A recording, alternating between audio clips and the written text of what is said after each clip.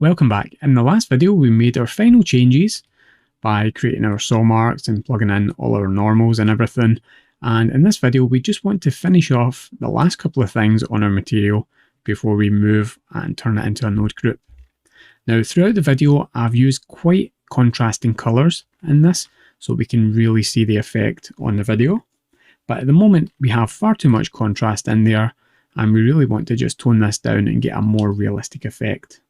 So there's a few factors that cause this amount of contrast in our node group. The first thing is our colour variation. So if we look at that, we have quite a contrasty black and white mask in here. We have a lot of variation in our colours. Some of these things we might want to tweak. Things like the scale of this noise, we might want to tweak down a little bit. Things like this linear light factor, we might want to adjust this slightly. Maybe take off the detail and the roughness from this. And just tweak things slightly, maybe multiply this and just have a little bit of variation. There's a few different things you could do to change that up. I'm just going to hit undo a few times, go back to this setting. And I think the best way to actually change this variation, because I want to keep quite a lot of detail, is just to change the factor of the amount that's shown in there. So I'm going to take this way down. I'm going to take it down to about 0.3.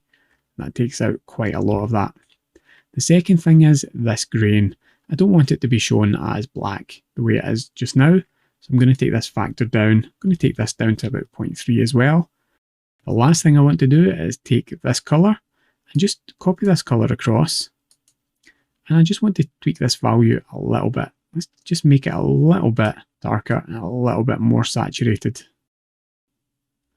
So now we have something that's a lot more subtle, and straight away we're getting something that's a lot more realistic compared to the really contrasty version we had before. Now at the moment we might want to tweak a few other little things. The first thing that I want to tweak is the normal map. So at the end of the last video I essentially turned off all the normals. So we have our micro dots going into two spots. Up here where we have already changed the colour of those and made them a lot lighter.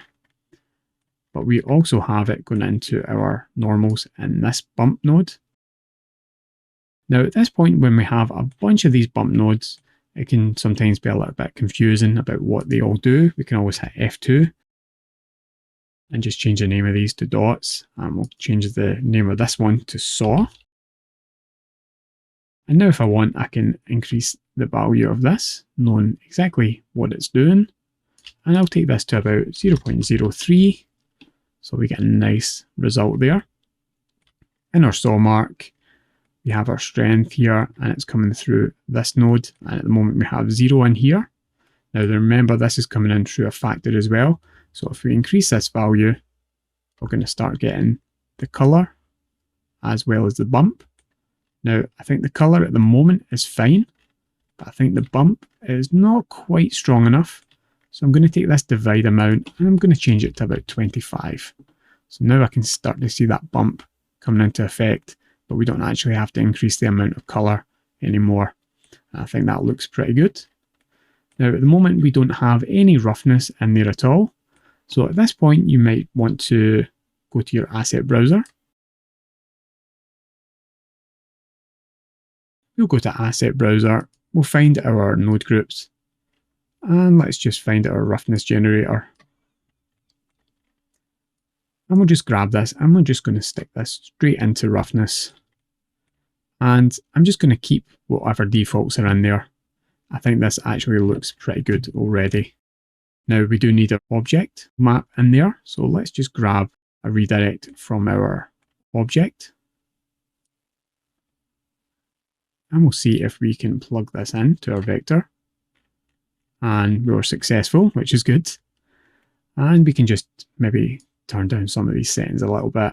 Maybe turn off that tarnished one. Low contrast, high contrast. Maybe increase the swirling one a little bit because I do quite like that. And let's have a look at the result. Maybe change the scale a little bit. Maybe not to 3. Let's try it down a little bit, 0.5. Yeah, I think that might work out okay. Okay, so we're definitely getting some nice variation in that wood. As far as the bump map goes, I think a lot of people at this point would start thinking about putting this or this into their bump map, and I don't like that idea. I prefer my wood to be quite plainer and any bump just to be this really granular bump that we have in here, unless we have something like scratches or we have anything embossed on the surface. I think having wood being pretty flat and just having these micro details in our bump map is going to be perfectly fine.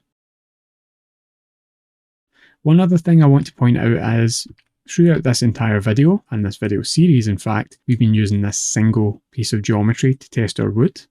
I just want to show you one of the things that is really good about this wood texture, and that is if we duplicate this piece of wood across and look at it from the top down, what we can do is we can take our object, go into edit mode, we can scale this down, and we'll scale it down in the y-axis, so we create a nice plank, go back to object mode, and now we have a plank of wood that is essentially sawn across the grain like this. This is what you would call quarter sawn. In actual fact, if we take it and we move it a little bit on the x-axis, quarter sawn is more like this, because we wouldn't actually see the middle of the rings, we would see something like this, and I think that actually looks pretty good.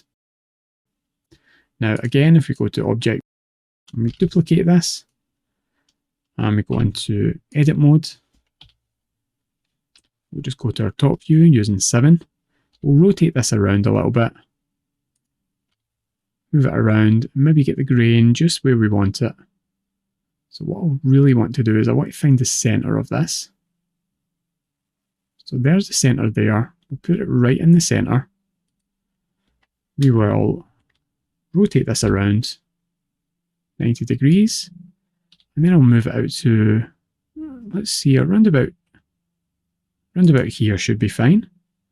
We'll go back to object mode, move it down a little bit, rotate it around a little bit so it's flat to the camera. And now we have a piece of wood which is more like a flat sawn piece of wood. So the grain here is much closer to what we see on the outside of this part. We get a lot more detail. And you can have a cut of wood that's anything in between here. Instead of having these grains parallel to your surface, you could actually have them at a 45-degree angle, and you get a slightly looser grain than this, but it wouldn't be quite as detailed as this. So the way that we've created this material, because it works in 3D space, is you could essentially choose planks from anywhere around what is a virtual log and get whatever cuts you need for the particular object that you're creating. And that way you can get an infinite variation of different pieces of wood to use in your projects. Now the last thing I want to point out before we finish up is at the moment we have quite a lot of distortion on this. So if we look at our rings from the top down, they're less like rings now.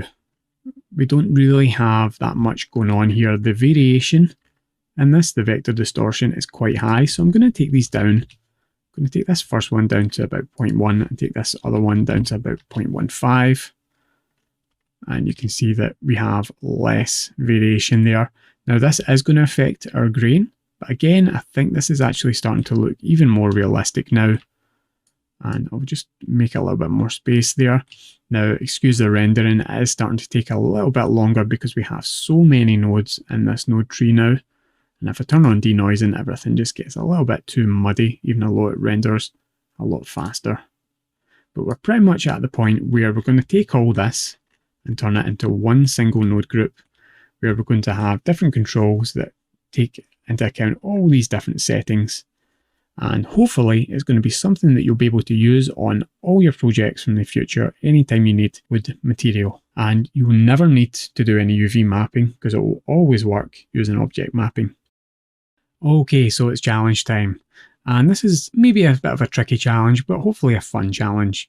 Your challenge is to experiment with all your settings and try and dial in a realistic look for your wood. So you've seen in this video, changing just a few settings can really change the look of your wood. It went from a really cartoony, contrasty, stylized wood to something a lot more subtle and a lot more realistic in just a few settings. Make sure that you understand what each frame in this node tree does and look out any potential settings that you think you'll need to put in your node group. Now it's really important that you know what each of those settings do and how it relates to the entire node tree itself. And that way, when it comes to building up your node group, you'll know exactly what to name it. You'll have a good idea of what the default minimum and maximum settings are, and it will make turning this into a node group so much easier. So stop the video, have a go at that, and join me in the next video when we'll be turning this node tree into a single node group. I'll see you then.